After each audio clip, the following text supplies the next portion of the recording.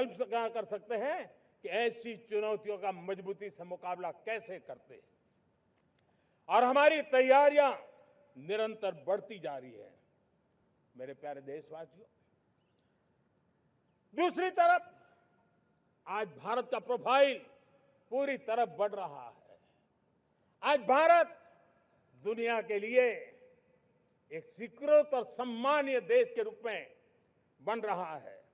भारत के पास स्थिर political mandate है, स्थिर सरकार है, भारत का वाइब्रेंट लोकतंत्र है, भारत का मजबूत न्यायतंत्र है और हम सबको दिशा देने वाला भारत का संविधान है। और अब दुनिया हमारे इन सामर्थ्य को पहचानने लगी है और इसलिए 2014 के बाद दुनिया करीब करीब 40 देशों के साथ हमारा एफटीए एग्रीमेंट हो रहा है। अब देखिए कितना बड़ा अवसर आया है। लेकिन ये जो ट्रेड एग्रीमेंट्स हुए हैं, ये एक बहुत बड़ा अवसर है और इसलिए खास करके मैं मेरे एमएसएमईज को कहना चाहूंगा कि हमें इस मौके को छोड़ना नहीं है। दुनिया में हमें पहुंचना है।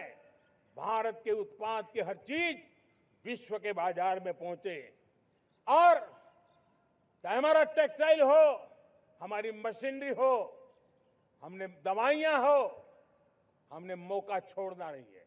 लेकिन वैश्विक जो पैरामीटर्स हैं, उस पैरामीटर को हमें पार करना होगा। हमें दुनिया से जो मिलता है उसे अच्छा देना पड़ेगा, दुनिया में जो मिलता है उसे सस्ता देना पड़ेगा। और पंजाब के लुधियाना से लेकर के तमिलनाडु के तिरुपुर तक हमारा टेक्सटाइल सेक्टर दुनिया में पहुंच सकता है। इतना ही नहीं, केरलम से लेकर के गुजरात और तमिलनाडु से लेकर के बंगाल, ये हमारा समुद्री तट, हमारे मछुआरे भाई बहन आज इस एफटीए के कारण हमारे श्रिप यानी झींगा, उसके एक्सपोर्ट की बहुत संभावना बनी है। हमारे सी फूड की दुनिया में पहुंच बनने की संभावना पड़ी हुई है। और इसलिए मैं चाहूंगा कि हम इस परिस्थिति का फायदा उठाते हुए, हम आगे चलते हुए, हम इन कामों को पार करने के लिए प्रयास करें। मेरे प्यारे देशवासियों, मैंने जो भूमिका आपके सामने रखी है, उसके पीछे 2047 का लक्ष्य इन मजबूत नींव पर खड़ा है। 2047 विकसित भारत का लक्ष्य हमने पिछले 10-12 साल में देशवासियों ने जो सामर्थ्य दिखाया है, उस सामर्थ्य का हिस्सा है। और इसलिए मेरे प्यारे भाइयों बहनों, सदी का 1/4 हिस्सा बीत चुका है और अगला 1/4 हमारे लिए अत्यंत महत्वपूर्ण है। अब हम रुक नहीं सकते हैं, हमारी गति नहीं रुक सकती है, हमारी दिशा तय हो चुकी है, हमें प्राप्त करके रहना है।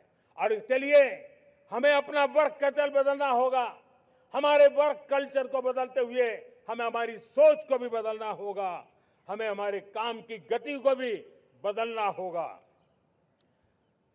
जो काम पिछले 5-7 दशक में नहीं हुए हैं, वो काम हमें आने वाले 5-7 साल में करने हैं। और मेरा भरोसा है मेरे देश की युवा शक्ति पर, मेरे देश के नौजवानों पर, मेरे देश की माताओं को बहनों पर, मेरे देश के किसानों पर, मेरे देश के मजदूरों पर कि हम इस सपने को साकार कर सकते हैं। और इसलिए हमें रिफॉर्म की गति को भी आगे बढ़ाना है। और जब मैं रिफॉर्म की बात कर रहा हूं, रिफॉर्म नहीं हमारे लिए कोई कंपल्सन है, नहीं रिफॉर्म ये हमारे के लिए कोई बजबड़ है। हमारे लिए रिफॉर्म ये कन्विक्शन है। आउट ऑफ कन्विक्शन हम रिफॉर्म एक्सप्रेस पर चल पड़े हैं और हम आने वाले दिनों में भी नेक्स्ट लेवल रिफॉर्म की ओर बढ़ने वाले हैं।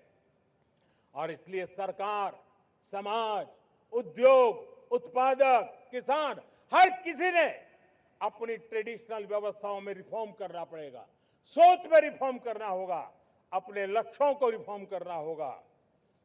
और इसलिए